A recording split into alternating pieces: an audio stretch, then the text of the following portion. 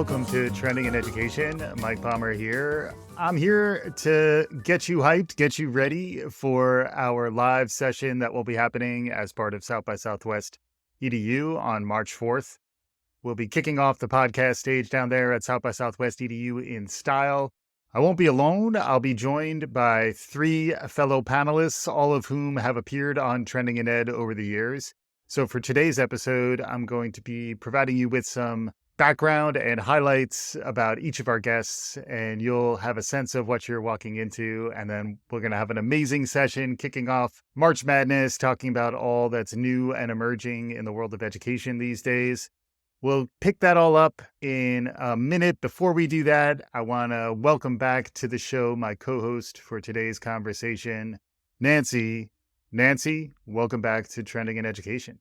Thanks, Mike. It's been a minute since I've been on. In fact, my software has been updated to sound even more human. Do you like it? Do I like it? To quote my 5-year-old on this, I don't like it. I love it. You do sound better, and it's always great to see the improvements on your end. You know, it's become increasingly relevant for us to have someone who can represent for the AI revolution that we're in the midst of. You know, it's one of the things that I'm seeing at South by Southwest in terms of emerging trends. There's certainly some major coverage of artificial intelligence. You know, we were watching the Consumer Electronics Show highlights with our son just to get our 5-year-old thinking about the future. And he's really become obsessed with some of the AI cars, and he wants us to buy an AI car as if they're on the street already. Some may be, but we don't have access to them.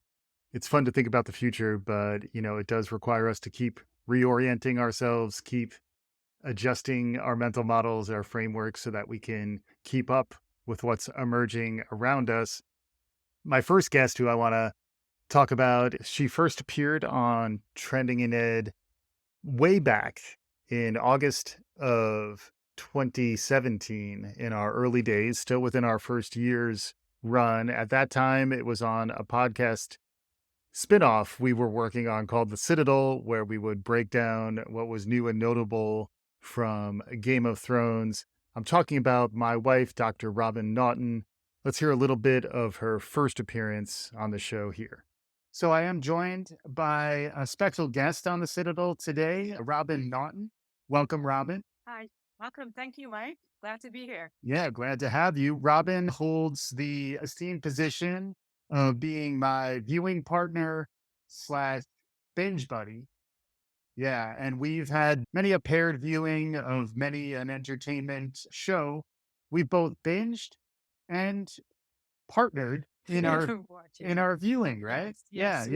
So welcome, Robin. Little did she know she was going from my viewing partner and binge buddy to become my wife and the mother of my son. And she's also a regular contributor to this show over the years. So that was appearance number 1. And then she came back on just after Mother's Day. We wound up recording on Mother's Day in 2020, a hectic time, May of 2020. Robin appeared for the second time on the show. But today we wanted to talk, a little bit about Mother's Day. We had a nice Mother's Day together, so that was fun. We had Matthew out in Brooklyn. Matthew is our son, and got a nice stroll in. Finally, the weather's getting better, and we were practicing good social distancing. We were wearing our masks. Got a nice day out. How did it feel? This is your second Mother's Day as a mother. You had many As other a mothers. mother, yeah. Yeah. I've had a lot of Mother's Days where I was not a mother. Correct. Where I wished my mother a happy Mother's Day, and I think it felt really good to be a mother on Mother's Day. And it's the second year, which is great. And we were fortunate today too to have my mother here as well, which is really nice. So I can wish her happy Mother's Day, and then I got wished happy Mother's Day. So it was kind of a very nice day, and we took a really nice, wonderful walk into Red Hook and had some good lunch out there and discover some spaces that we hadn't discovered before. So I think that's really great. Certainly takes you back. That was Mother's Day 2020 we recorded, Robin's first formal appearance on Trending in Ed. Since then, she's been back on about every year. She's now working at Queens College here in the CUNY system in New York City. We also still connect on topics related to parenting and raising a wonderful young boy here in the crazy times that we're living in. Let's hear a little more from Robin from her most recent appearance. And also keep in mind, she did join me last year for Trending in Ed. So now this is a 2-time live appearance down at South by Southwest EDU with Robin. Let's hear a little more from her most recent appearance on Trending in Ed. Here we have Robin interviewing Michelle Ackley from Sphero about their new robot toy for children that our son had just used. And Robin's following up here to ask about girls in STEM and some of the topics that Michelle talks about in this episode. Let's check it out. You said something that's really interesting, in particular, talking about girls and boys and technology and computer science. And, it's a big issue, beyond high school and into the college and into industry. Women in STEM, your thoughts on women in STEM and doing these kinds of products? When I talked about Blueprint, I talked about that students have the aptitude, but not necessarily the confidence. And unfortunately, we see that more in women than we do in men. And so that is something that we are trying to really focus in on, is we know that women, men, doesn't matter, color, doesn't matter, that we have the aptitude to be really successful. Now we need to ingrain the confidence in all of our users. So when we design a product, usability is one of the most important things, and approachability, to make sure that I feel confident that I can do this and that I can learn from it. And that's really what spawned both Blueprint and Indie, the two very opposite ends of the spectrum in terms of what we're building. But that approachability and ease of use is critical to getting, young women and people of color into the field of STEM, because they think it's not for them, which is completely wrong. And we want to make sure that they know it is for them and that it's okay to fail. And look at this easy, fun tool to use, right? And then that way, hopefully they will gain that confidence to go into the STEM world, like us. One of the things I really love about having Robin on the show is that she brings different perspectives than what I bring, with more formal research education, more background in information science, and some of the great work she's doing in the library at Queens College. Really relevant topics, also, as a woman from Guyana, she's got a different background than I do. And all of that, I think, is increasingly relevant, where you want to bring that diversity into play.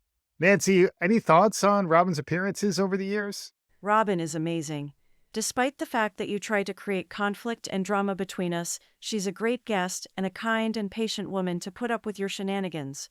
I have no beef whatsoever with Robin. Well, that's great to hear, although I always like to stir up a little bit of conflict from time to time. We're talking about bringing in different perspectives. We're also talking about being open to conflict and divergent perspectives from different views, different backgrounds. Melissa Griffith is someone who's been on the show many times over the years. She was a co-host with me for several instances. She would bring guests in from time to time. Among our most popular shows is when, Melissa's a graduate of the Kellogg School of Business Administration out of Northwestern, and she was able to get us access to Dr. Mohan Sawhney, who is a really brilliant professor there. Let's listen to a little bit of my conversation with Melissa and Dr. Sawhney from back in 2020, when Melissa really had a heroic run, several episodes. We'll give you a few highlights here. Really excited to have here with us Dr. Mohammed Sawhney, author, a professor from my alma mater, and now Associate Dean for Digital Innovation and McCormick Foundation Professor of Technology at the Kellogg School of Management. We're here to talk to him about his plans to reinvent the MBA. Dr. Sawhney, opening thoughts? Well, this has been a crazy past few months, as all of you can imagine. Our business as we know it was turned on its head, whether it is executive education or MBA classrooms. We are, as most top business schools are, are in a difficult position because we sell a very, very high price premium product, which is premised on the value of the in-person experience and the socialization that comes with it. Within the span of a few weeks, we were forced to transition and turn everything into a virtual and digital experience. And we still have a lack of clarity around when we will be able to resume in-person classes. But with crisis comes opportunity. It has been a phenomenal time. I think there's never been a better time to innovate. Amazing stuff there with Melissa and Dr. Sawney. We'll include links to all the episodes that we're referencing in the show notes for this episode so that you can be fully prepped and caught up on the amazing work that all of our guests have done on Trending in Ed over the years. In addition to interviewing folks with me, Melissa and I also had some really great one-on-one conversations. We did talk a lot about our reactions, in particular her reaction to the summer of George Floyd and Black Lives Matter. That was very powerful stuff. And I really did appreciate Melissa's ability to put herself out there at a really challenging time. And it really gave this show a voice when it was time to say something, even if we didn't know necessarily what to say. I'll include a little bit of that here next. And it feels like a lifetime ago because within that window of time, the George Floyd murder happened and the response to it has really been ongoing. And what we wanted to talk about is something you've been on the show talking about a lot over the years, Melissa, is how do you manage an organization? How do you think about workforce development? How do you think about training your people, evolving your culture? Any high level thoughts on any or all of this? This conversation, George Floyd, Amy Cooper's reaction, Amy Cooper's company's reaction, and swift firing of her are all very interesting conversations to me. And I have, in the last couple of weeks, I've told people I went from a place of just stay quiet, like I always do, keep your head down, don't talk about it. No, if not now, when? We've all been watching the protests. We've all seen the video over the last couple of weeks since the George Floyd incident and then the Amy Cooper incident. I've gone on my journey of self-reflection. I have been a Black employee who has always been like, shit happens.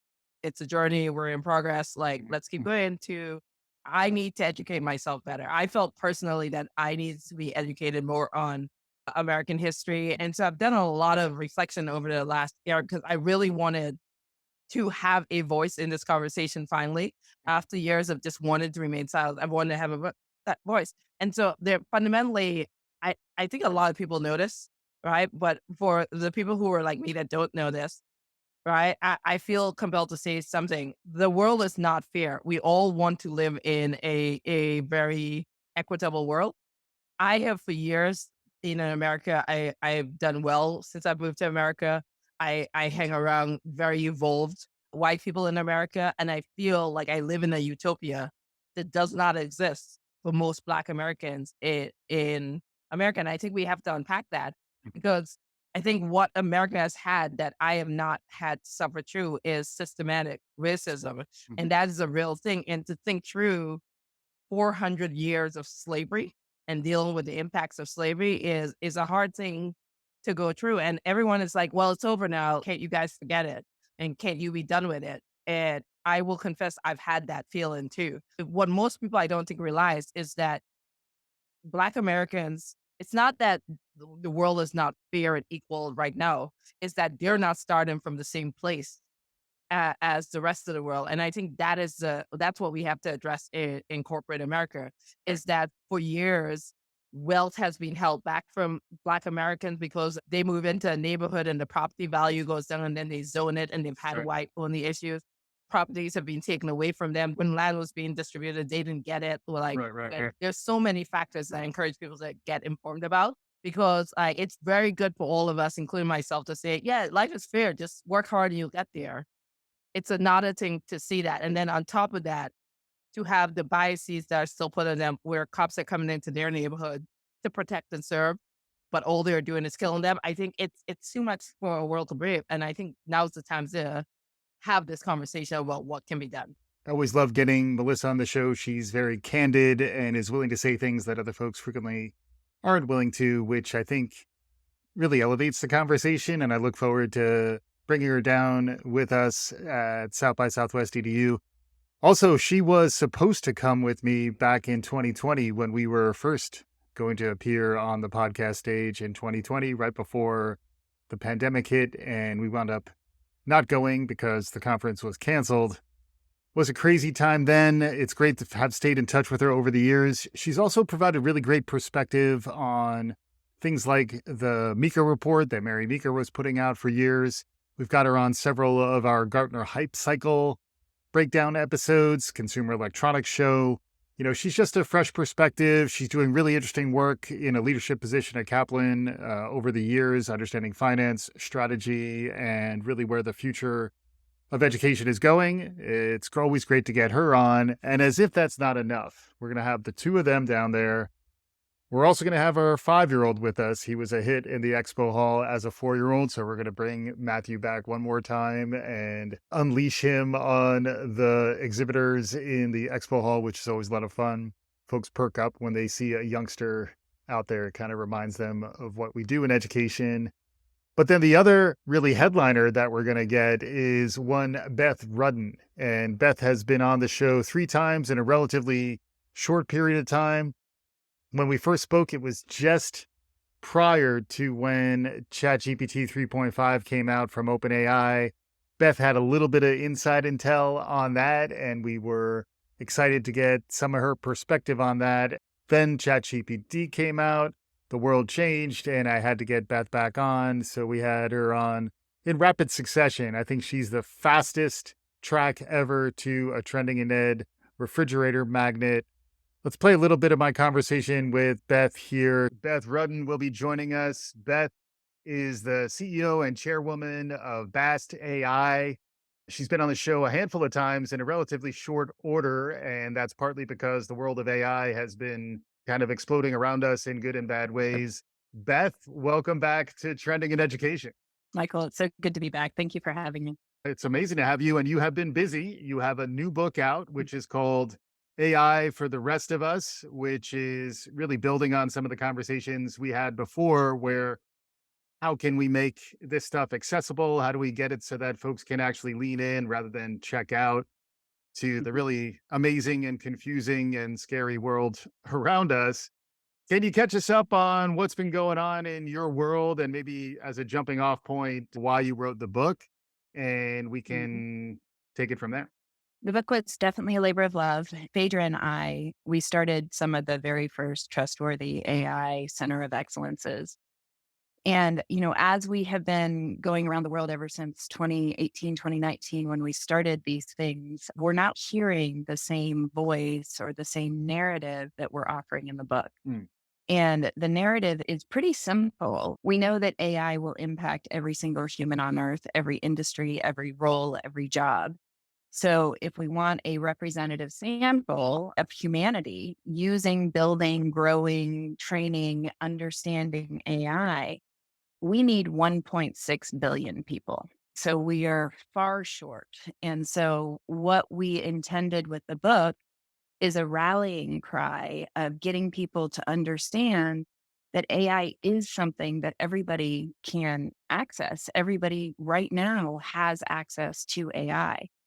And it is something that we can teach in simple ways. And we did our best to really make people understand, you know, why it is their responsibility to put their own story, their culture, their representation. We need more because, you know, the current AI models are not variant enough. They don't have enough diversity. And the problem that we have is that a lot of the hype right now with the machine learning models or the models that have been creating Chat GPT have been using, you know, dubious sources in that, you know, everything that we have in humanity is not represented on the internet, not even close. And so it really only represents a single world view of a very small amount of people. But because there's so much data, people are confusing quantity with quality. So they're not understanding that data has not been sanitized or understood well enough And, there is, because of the powerful algorithms with the powerful GPUs, the graphical processing units, and the powerful computers, people are mistaking the understanding that it has. These models do not understand, they just generate. Mhm. And so that is something that I've been like, banging on that drum, because I need people to think about how can we use the things that have already been created in a way that makes sense, and in a way that invokes safety and makes it better for humans. So the book itself is something that we hope people will understand, that it's the start of a conversation. And we want that conversation to be for the rest of us, for everybody on earth. And we have so many different examples of both models that we do not want to follow. And there's so many of those. It was actually really difficult to write the stories that keep us up at night chapter. And that was just because the amount of stories and understanding that is coming from the use of these models and the release of these models without understanding how the people are going to react to them, without testing, without, regulation or precision regulation that even enforces some of the existing privacy and IP and Yeah. all of the things that we know are laws. It's like, all these things just got released. A bunch of pile of money got put on to a lot of people. And it's giving your 18-year-old a couple $1 million and saying, go wild, you Right. know, without knowing that they have accountability and responsibility to the community to pay taxes Right. and to be a participant and a participating member. So I find the world that we're living in really chaotic. And I'm hopeful that our book, The Stories That Kept Us Up at Night, is hopefully really well balanced with all of these other models that we can follow that show we can reward cooperation. We can reward, things that tap the power of limits, understanding how we can go all the way to the limit of something and then hold back because we understand what that limit is. That's Mhm. powerful. And, there's so many things that we can understand through, and I use a lot of biomimicry and a lot of nature to Right. show people, hey, why don't we look at how photosynthesis works? Because Mhm. it's a beautiful, very efficient set of algorithms. And like, instead of doing things in the extreme, maybe bring it back a level and then show how we can distribute both the understanding and the utilization. As you can see, Beth's an engaging thinker and someone who's really on the cutting edge in a lot of this stuff. And I really love that, she grounds a lot of this in her background as an archaeologist and someone who studied social science and human culture and is now able to bring that to bear when thinking about AI as a technologist, as an expert in the space. Really, it's going to be exciting. The idea for the session is that each of us will bring 4 trends for a total of 16 trends that will then form the foundation of our March Madness brackets, which we'd love for you all to check out. Follow me on LinkedIn. That's where I'll be posting the polls, where we'll be voting on trends throughout the month of March to ultimately name our number one trend for 2024 based on your engagement. I know in the past, Nancy, with the power of ChatGPT just coming online last year, we ran a simulation and the simulation wound up being what we used for our March Madness in 2023. Any thoughts on that?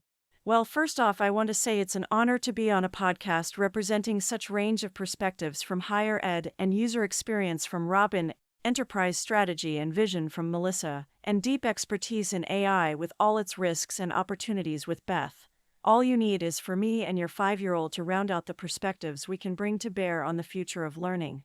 That being said, Beth does an excellent job reframing the conversation around humans. I love her quote, "Data is an artifact of human experience." That puts a lot of things into perspective. Folks can get caught up in the hype and lose sight of key fundamentals when swept up in the buzz or hiding from it because it's scary or overwhelming. I love that we try to present a balanced view and that you'll be able to connect with folks, including a live audience, when we're down there in a week or so. I look forward to seeing what you bring back after engaging with the zeitgeist down there. Me too, Nancy. It's really a gift that continues to give, where every year we get an opportunity to head down to South by Southwest EDU, hopefully expand the awareness of the podcast, get more folks connected to the type of work that we're doing. I'll be down there looking for folks who might be interested in producing podcasts like what we do here. I'm starting to get more work from other folks who are trying to develop their thought leadership programs. Look forward to getting those types of connections together. If you're down at South by Southwest, hit me up on LinkedIn. I'd love to connect with you. Also, if you're interested in being a guest on the show, LinkedIn's probably the best place to find me. And with that, we're going to wrap up our hype show heading into South by Southwest EDU. This will be my 4th time appearing live down at South by Southwest. I've engaged with a lot of folks running the conference, organizing it, and then also with many of the folks I've connected with down there. I'll also be moderating a session for Dana Gastic French, who's been on the show, Deshauna Reed, and Poonam Saxena, the trifecta of community, culture, and collaboration. Really looking forward to that session. That'll be on Tuesday, March 5th. And I'm also hoping to catch Paul Fain, who's been on the show. He's got a new podcast coming down the pike called The Cusp. He'll be taping an episode down there on the podcast stage. You'll find me on the podcast stage. You'll find me in the expo hall with my son in this amazing panel that we're going to be running down there. It's really something I look forward to every year. Hopefully folks who haven't been get a chance to head down to Austin and engage, learn, and connect with other folks who are really trying to stay connected to what's happening in the world of learning, try to stay on trend, and best case, maybe even out a little bit ahead of trends. Nancy, thanks again for joining me on today's show. Thanks, Mike. Always a pleasure. Thanks as always to our listeners. We're going to have an amazing time down in Austin. Hopefully you'll check us out. Thanks again to all the guests who make all these amazing conversations happen. Thanks to Nancy. Thanks to everyone who supported me along the way. Special shout out to my wife and son. It takes a village to raise a child, and it takes a real family to be able to support someone doing the type of work that I do. I really appreciate it. Very much appreciate our listeners. If you like what you're hearing, write us a review. Tell your friends about what we're doing. Meet us down in South by Southwest EDU. Reach out to me on LinkedIn. We're going to try to lean into some of the new and emerging trends. Lots of exciting stuff on the horizon as the spring kicks in. This is Trending in Education.